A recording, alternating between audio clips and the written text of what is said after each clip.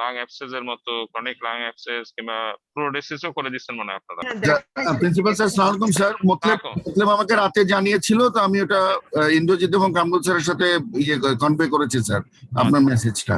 Thank you sir, already recording হচ্ছে sir. আচ্ছা ঠিক আছে। Thank you very much. We have our guardian, our beloved principal sir, Professor Tito Mia sir, with us. So with the consent and permission of our principal sir, we'd like to start today's central presentation.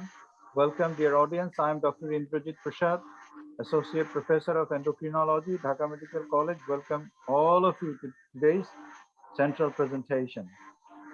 We'll be happy to know that today's central presentation is from the Department of Neurosurgery, and the topic is a 32-year-old lady with intermittent headache. And the topic will be presented by Dr. Dipankar Ghosh, who is an indoor medical officer of Neurosurgery, Dhaka Medical College. So may I request Dr. Dipankar Ghosh to start his deliberation. Dr. Dipankar Ghosh, please. Thank you, sir. My respected teachers and senior and junior colleagues, I am Dr. Dipankar Ghosh, Medical Officer of Neurosurgery from Dhaka Medical College and Hospital. I wish you a very good morning and welcoming you all to this highly academic session of the Institute. I am very thankful to my beloved Department of Neurosurgery to be here. In next few minutes, I'll be sharing a case that we have dealt in our department. Here we go. Today's topic is a 32-year-old lady with intermittent headache.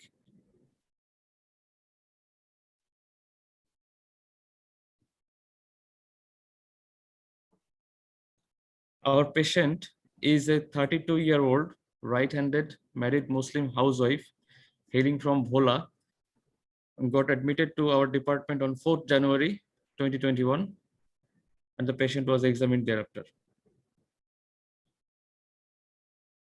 The patient presented to us with the complaints of right-sided intermittent headache for 15 years and occasional vomiting for 3 months. According to the statement of the patient, she was reasonably well about 15 years back.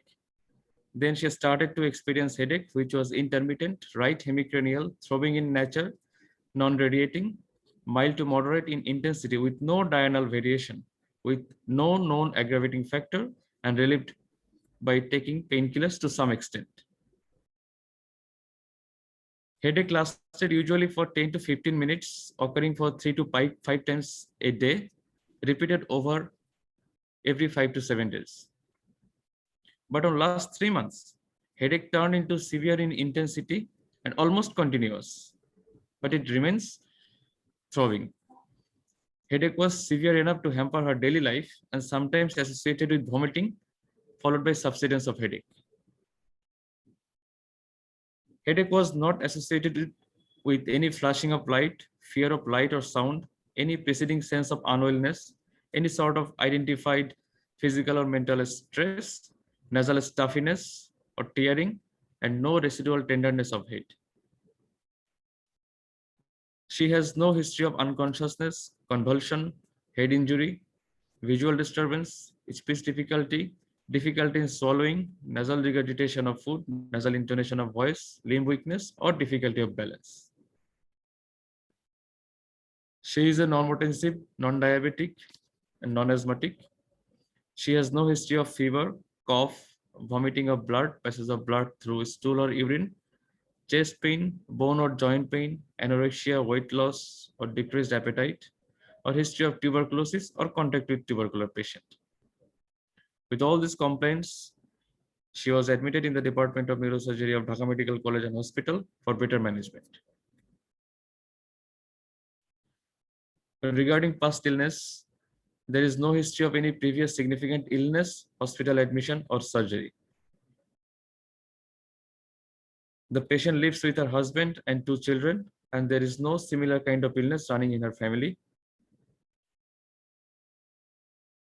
Regarding treatment history, There is history of multiple visits to different local physicians at different times, but no significant improvement. Regarding drug history, she took the following medications, including tablet paracetamol, tablet diclofenac sodium, tablet clonazepam, tablet flunarizine, tablet domperidone, tablet pizotifen over different periods of time. Regarding personal history, she has no history of smoking, alcohol intake, chewing of betel leaf or betel nut, or any other known addictions. The patient belongs to a middle income family and she is properly immunized as per EPI schedule. The patient is a normally menstruating woman and she is not allergic to any known food or drug. Now it's time for physical examination. The general examination of the patient revealed that the patient was a bit anxious but cooperative with average body build and nutrition on choice decubitus. The patient was mildly anemic on examination, but there was no sign of jaundice, cyanosis, edema, dehydration, koilonychia, leukonychia, finger clubbing. All the accessible lymph nodes were not enlarged. There was no thyromegaly and neck veins are not engorged.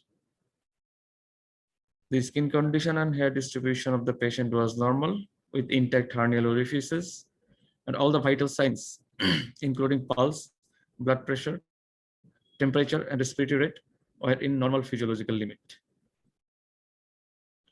Now, systemic examination.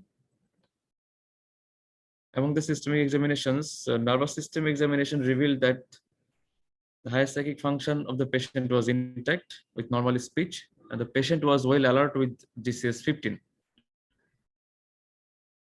On cranial nerve examination, all the cranial nerves from olfactory to hypoglossal nerve, all the cranial nerves were functionally intact. There was no cranial neuropathy.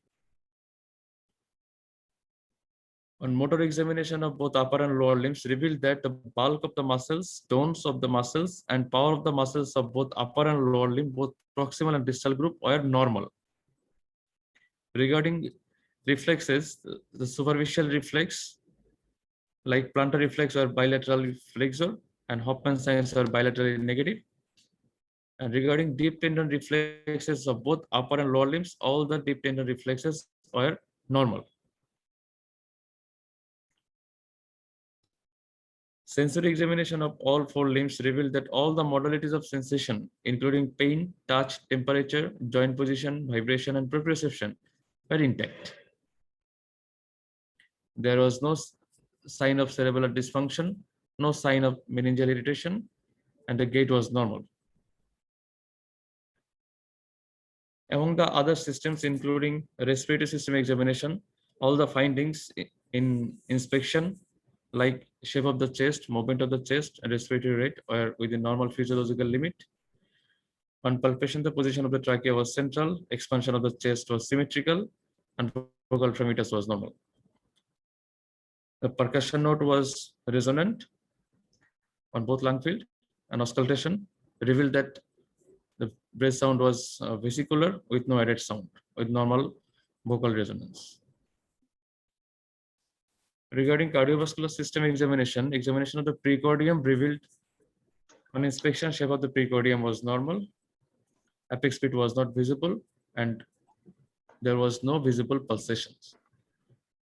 On palpation, apex pit was in the left fifth intercostal space, just medial to the mid-clavicular line, without any thrill or parasternal heave. On auscultation, first and second